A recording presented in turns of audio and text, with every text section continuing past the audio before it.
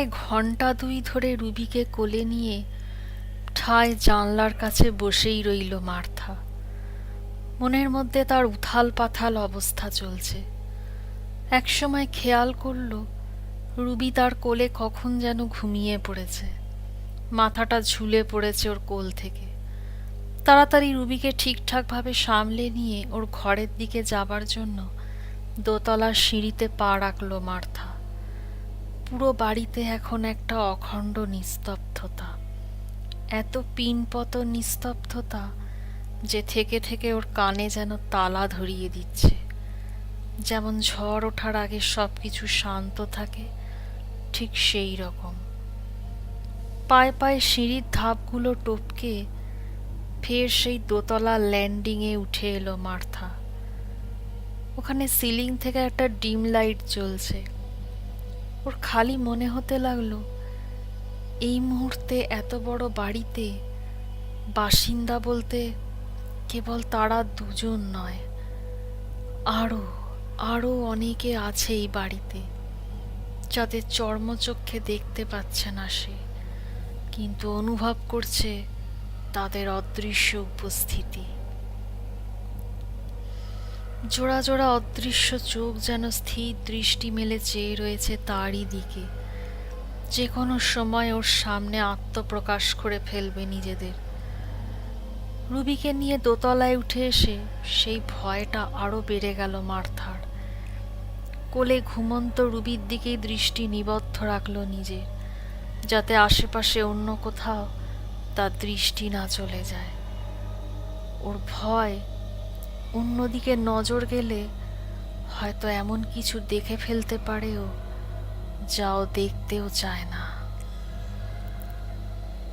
কনুই দিয়ে রুবির ঘরের দরজা ঠেলে ভেতরে ঢুকলো মার্থা। এই প্রথম মুখ তুলল সে। ঘরের অবস্থাটা দেখে স্বস্তি পেল সে। যাক, একটু আগে যে গোছগাছ করে গিয়েছিল এখানে, সব একই রকম আছে। সেই বেবি নাইট ল্যাম্পটা একইভাবে ঘরের দেওয়ালে মুঠো মুঠো চাঁদ আর তারার আলো ছড়িয়ে মায়াবী পরিবেশে সৃষ্টি করে চলেছে। রুবির বিছানা পরিপাটি করে রাখা, পাতলা কম্বলটার ওপর ঘুমন্ত রুবিকে যত্ন করে শুইয়ে দিল মার্থা। তারপর ওপর থেকে তুলনায় মোটা একটা কম্বল দিয়ে ঢেকে দিল ওর গলা পর্যন্ত। বিছানায় শুইয়ে দিতেই রুবি কিরকম যেন মুখ দিয়ে হাঁসফাঁস শব্দ করতে লাগলো। সুথার গুঁজে দিতে হবে রুবির মুখে। তাই মার্থা ব্যস্ত হয়ে সাইড টেবিলের দিকে এগিয়ে গেল। ওখানে রুবির মুখে দেবার 5-5টা সুথার রাখা ছিল। দেখলো 5টার মধ্যে থেকে একটা নেই, অথচ ঘন্টাখানেক আগেও ওখানে 5-5টা সুথার দেখে গিয়েছিল সে। তাড়াতাড়ি একটা সুথার নিয়ে সে রুবির মুখে গুঁজে দিতেই রুবির হাঁসফাঁস বাপটা বন্ধ হয়ে গেল। মার্থা ব্যস্ত হয়ে ঘরের এদিক ওদিক তাকাতে লাগলো, বাকি একটা সুথার গেল কোথায়। তারপরেই নজর পড়ল ঘরের দরজার বাইরে ল্যান্ডিংয়ের কাঠের মেঝের উপর। দেখলো নীল রঙের প্লাস্টিকের একটা ছোট মতো কিছু যেন পড়ে আছে ওখানে। আরে, ওই তো ওখানে সুথারটা পড়ে আছে। ওটাকেই তো এতক্ষণ খুঁজে পাচ্ছিল না সে। কিন্তু ওটা টেবিল থেকে বাইরে কি করে গেল? সে তো ওটা হাতে নিয়ে বেরোয়নি। অনেক ভেবেও কোনো কিনারা করতে পারল না মার্থা।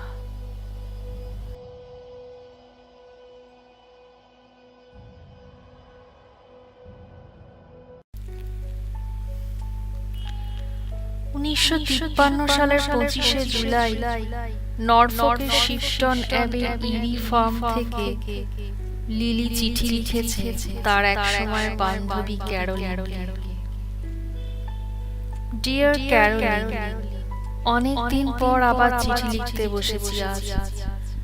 আসলে ম্যারিয়ানের ডেলিভারি খুব শিগগিরই হবে, তাই আমি ব্যস্ত। সেই ব্যস্ততারই ফাঁকে একটা মিনিট সময় বের করে আজ আবার চিঠি লিখতে বসেছি। যদিও জানি যে এখন যে চিঠিগুলো আমি লিখছি সেগুলো একটাও তোমার কাছে পৌঁছবে না, কিন্তু তবুও আমি লিখছি, কারণ এই চিঠিগুলোই হবে আমার ডায়েরি। একটা গোপন অথচ সুরক্ষিত জায়গায় আমি এইসব চিঠি রেখে দিয়ে যাব, এই আশা নিয়ে রেখে যাব যে একদিন না একদিন এই চিঠিগুলো তোমার হাতে যাবে। ম্যারিয়ান অবশ্য জানতে পারলে আমাকে হয়তো খুনই করে ফেলবে, কিন্তু সে সুযোগ আশা করিও পাবে না। লক্ষ্য করছি দিন দিন ওর পা ফুলে উঠছে, আর পিঠে খুব ব্যথা উঠছে মাঝে মাঝে। তাই বেশিরভাগ সময় ও এখনো বিছানাতেই শুয়ে থাকে। আমাকে যথারীতি ঘরের কাজের পাশাপাশি ওর 5 মাস খাটতে হয়।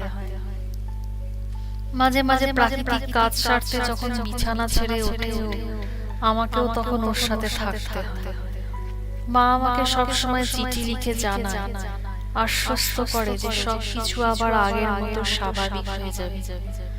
আমাকে এখন ওর বাচ্চার ডেলিভারি পর্যন্ত ওর পাশে পাশেই থাকতে হবে।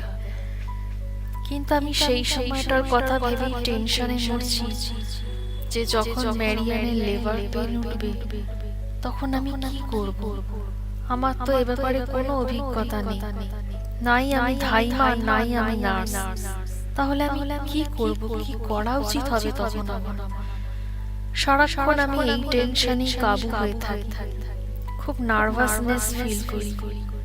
মা আমাকে চিঠি লিখে পরামর্শ দিয়েছে যেই মাত্র লেবার পেন উঠবে আমি যেন কাছেই গ্রামের ডাক্তারের সাথে যোগাযোগ করি।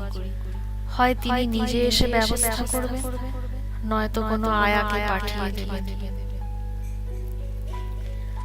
আমার মনে হয় বাবা শহরে বসে থেকে মিস্টার মাউন্টফোর্ডের মাধ্যমে আমাদের জন্য সব ব্যবস্থা করে রাখছেন। ওই চার্লস আঙ্কেলের মাধ্যমেই তিনি এই গ্রামের ডাক্তারের সাথে আগাম যোগাযোগ করে রেখেছেন।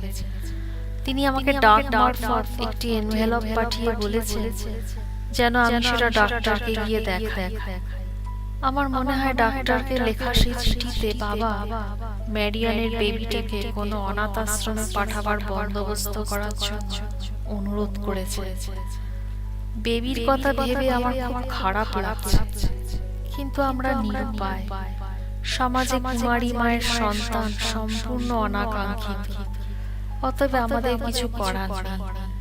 ঈশ্বরকে ধন্যবাদ, মিস্টার চার্লস মাউন্টফোর্ড গত সপ্তাহে এসে আমাদের খোঁজ নিয়ে গিয়েছে।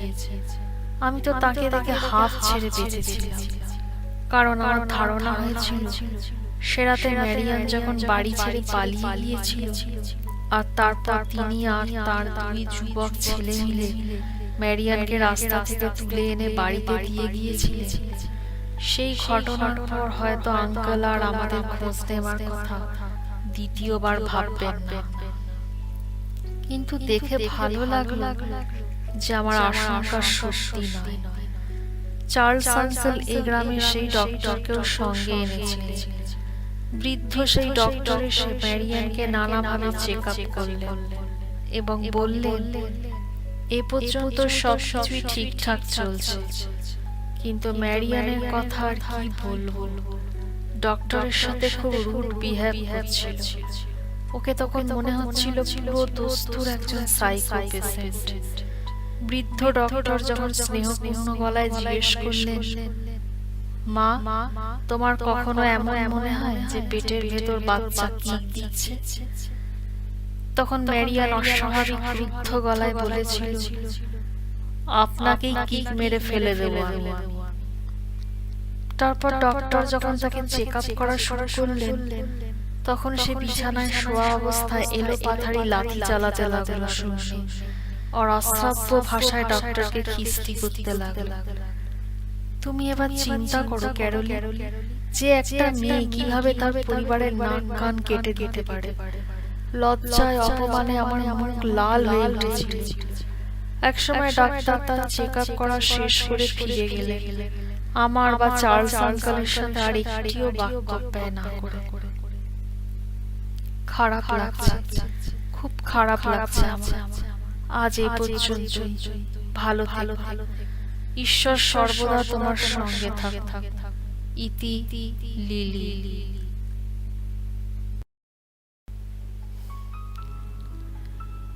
1 জুলাই দিনটা ছিল বেশ রৌদ্রোজ্জ্বল একটা দিন। মিস্টার রব মাউন্টফোর্ড সকাল সকাল তাঁর ল্যান্ড রোভারটা চালিয়ে চলে এলেন মার্থাদের হথর্ন কটেজে। সঙ্গে একটি 17-18 বছরের ছেলে। ছেলেটির হাতে একটি রেডিও। কটেজের সদর দরজার কাছে এসে লম্বা করে কলিং বেল বাজালো ছেলেটি। মার্থা তখন কিচেনে সকালের প্রাতরাশ তৈরি করছিল। বেলের শব্দে এগিয়ে এসে দেখে দরজায় দাঁড়িয়ে মিস্টার মাউন্টফোর্ড আর রেডিও হাতে একটি অপরিচিত অল্পবয়সী ছেলে। মিস্টার মাউন্টফোর্ডকে দেখে মার্থা সহাস্যে বলে উঠল, হ্যালো, গুড মর্নিং। মিস্টার মাউন্টফোর্ডও প্রত্যুত্তরে তাকে সুপ্রভাত জানিয়ে বললেন, আমার মনে হয় এ বাড়িতে আরও কিছু কাজ করা বাকি, তাই স্যামকে নিয়ে চলে এলাম। ভেতরে আসতে পারি? হ্যাঁ হ্যাঁ, আসুন। মনে মনে বেশ অবাক হলেও প্রকাশ্যে আর কিছু বলল না মার্থা। গত রাতটায় তার বেশ ভালো ঘুম হয়েছে, তার এবং রুবিরও। খুব আশ্চর্যজনকভাবে গত রাতে বাড়িতে আর কোনো শব্দ শোনা যায়নি। এমনকি ওই ফায়ার প্লেসের ভেতর থেকেও ভেসে আসেনি সেই রহস্যজনক শব্দ। তাই অনেকটা নিশ্চিন্ত ভাব ফুটে উঠেছে মার্থার মুখে। সে ভাবছে, যাক, এতদিনে এবার বোধহয় তার সব চিন্তার অবসান হয়েছে। মিস্টার মাউন্টফোর্ডের কথাই ঠিক, হয়তো কোনো ইঁদুর টিঁদুর ঢুকে গিয়েছিল দেওয়ালের ভেতর। প্লাস্টার করার সময় হয় পালিয়ে গেছে, আর নয়তো মারা পড়েছে। আশায় আনন্দের ঝিলিক খেলছে তার দুই চোখের তারায়। কিন্তু বাগানের দিকে গাড়ি বারান্দাটার দিকে যেতেই একটা যেন ধাক্কা খেলো মার্থা।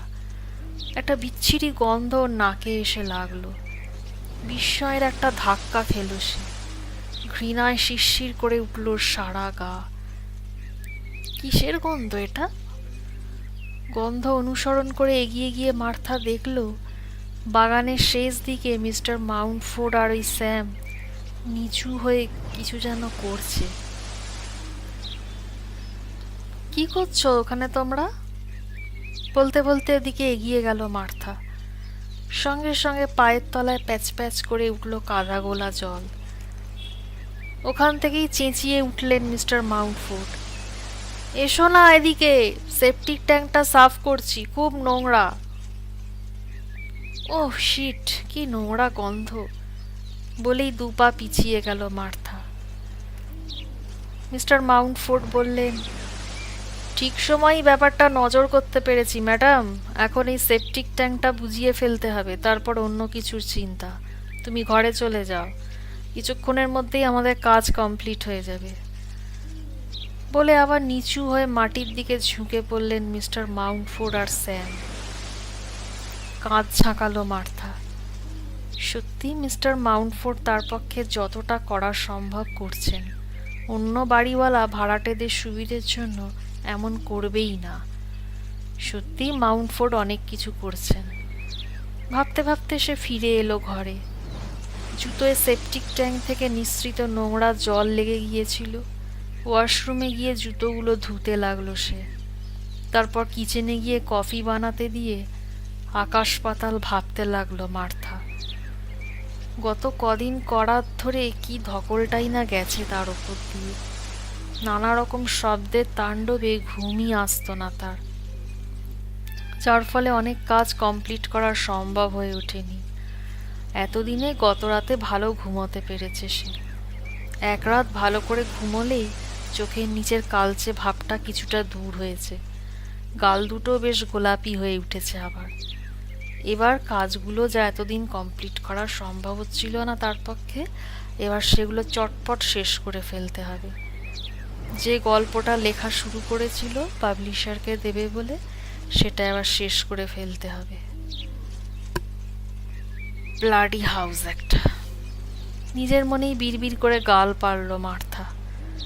খামোকা ভয় দেখিয়ে ওর সব কাজ এলোমেলো করে দিয়েছিল এতদিন। এক কাপ কফি বানিয়ে নিয়ে নিজের স্টাডি রুমে ফিরে এলো মার্থা। কাগজ পেন নিয়ে তৈরি হয়ে বসলো সে। গল্পটা শেষ করতে হবে। গল্পের বাকিটুকু লিখতে বসে এতই তন্ময় হয়ে গিয়েছিল মার্থা যে ঘন্টাখানেক কোথা দিয়ে কেটে গেল টেরই পেল না।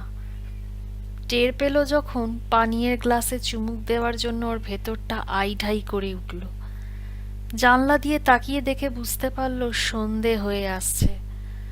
রব মাউন্টফোর্ড আর স্যাম নিশ্চয়ই কাজ শেষ করে এতক্ষণে চলে গেছে।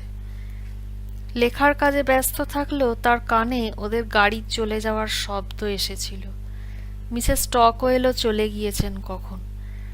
যাবার সময় অবশ্য মার্থাকে জানিয়েই গিয়েছেন। গল্পের পাণ্ডুলিপিটা ভাঁজ করে টেবিলের ড্রয়ারে রেখে দিল মার্থা। কলমটা রেখে দিল কলমদানিতে। চেয়ার ছেড়ে তারপর উঠল সে। আজকেও একটু পাবে যাওয়ার দরকার আছে তার। ঈশ্বর না করুন আবার সেদিনের মতো মিস্টার রব মাউন্টফোর্ডের সাথে পাবে দেখা হয়ে যায়। মার্থা চায় একটু একাকিত্ব। তাছাড়াও পাবে যাওয়ার একটা অন্য উদ্দেশ্য আছে তার। যদি সেদিনের সেই রহস্যময়ী বৃদ্ধা মহিলার সাথে আবার দেখা হয়ে যায়, তাহলে তাকে এ বাড়ির ব্যাপারে অনেক কিছু জিজ্ঞেস করবে। স্টাডি রুম থেকে বেরোতেই মার্থার শরীরটা কেঁপে উঠল আবার। রুবির ঘর থেকে কারোর যেন পায়ের শব্দ শুনতে পেল সে। ওই ঘরেই তো অব্যবহৃত ফায়ার প্লেসটার ওপর প্লাস্টারের কাজ করা আছে। পায়ের শব্দটা শুরু হতে না হতেই এবার কানে এলো একটা রেডিওর শব্দ। পুরোনো দিনের ক্লাসিক্যাল গান বাজছে।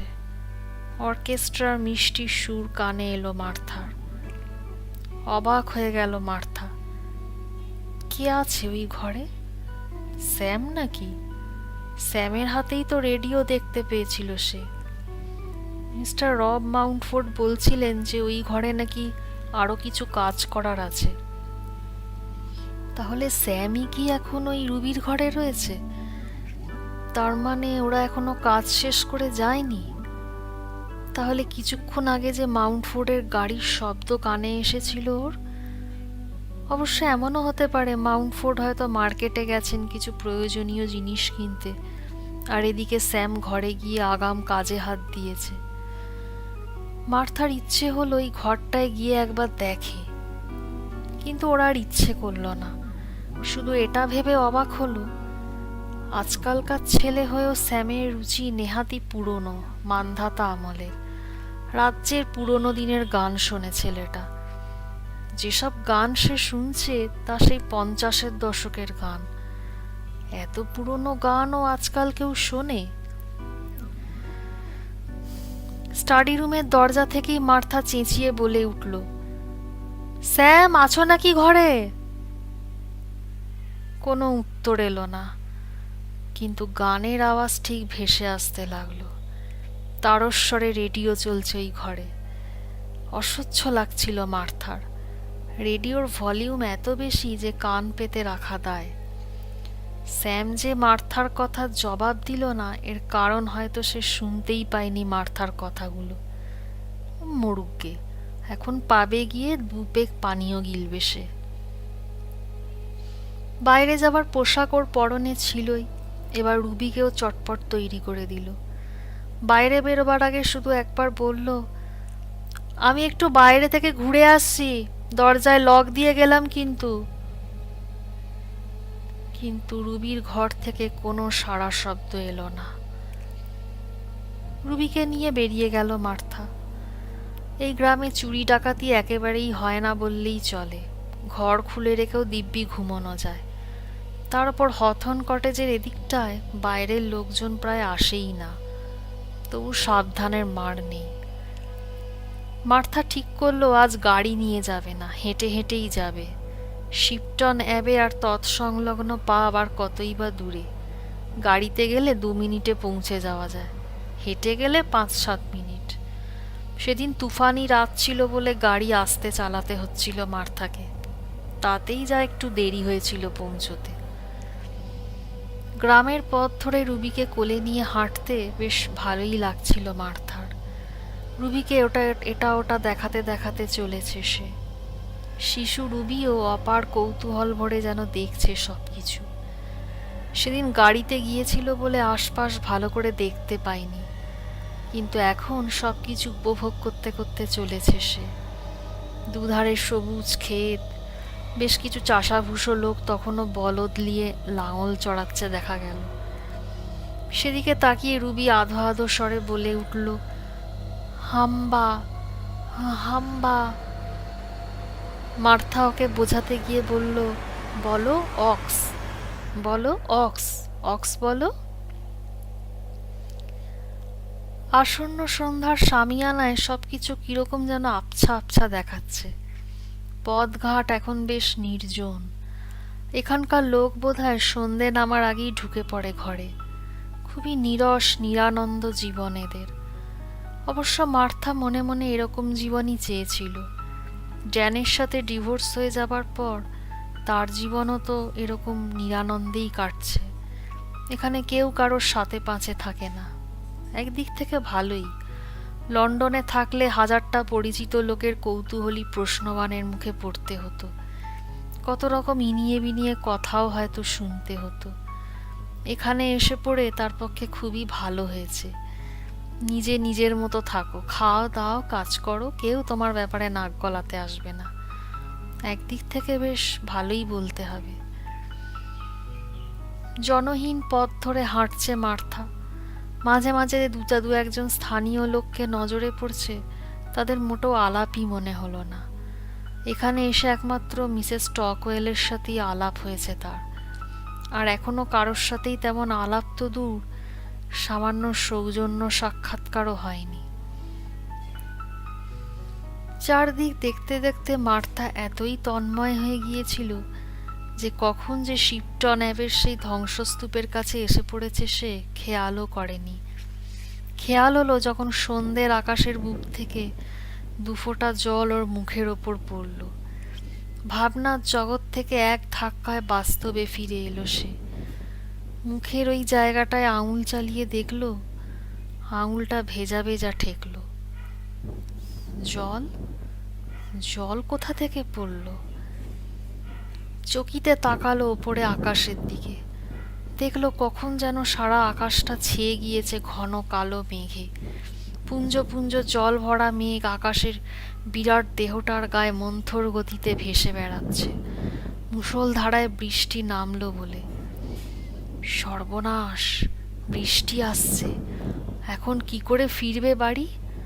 কটেজে পৌঁছতে পৌঁছতেই বৃষ্টিতে স্নান করে যাবে। সঙ্গে রুবি আছে, এইটুকু বাচ্চা বৃষ্টিতে ভিজলে অসুখ করে যাবে ওর।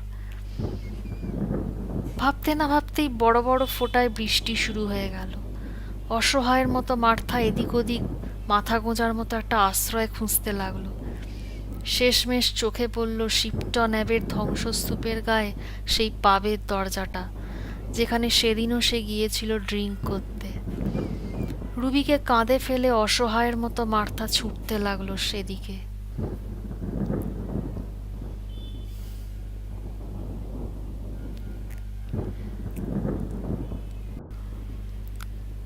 শ্রোতা বন্ধুরা, এই পর্বটি এখানেই সমাপ্ত। আগামী পর্ব নিয়ে আমি খুব শিগগিরই আসছি। আপনাদের আমাদের চ্যানেল ভালো লাগলে দয়া করে আমাদের চ্যানেলটিকে সাবস্ক্রাইব করে আমাদের এগোতে সহায়তা করুন। ধন্যবাদ। গল্পটি শোনার জন্য আপনাদের সবাইকে অসংখ্য ধন্যবাদ। পরবর্তী পর্ব পেতে অবশ্যই আমাদের চ্যানেলটি সাবস্ক্রাইব করুন এবং বেল আইকনটি ক্লিক করুন। গল্পটি ভালো লাগলে অবশ্যই ভিডিওটিতে লাইক ও কমেন্ট করে জানাবেন। শুভরাত্রি।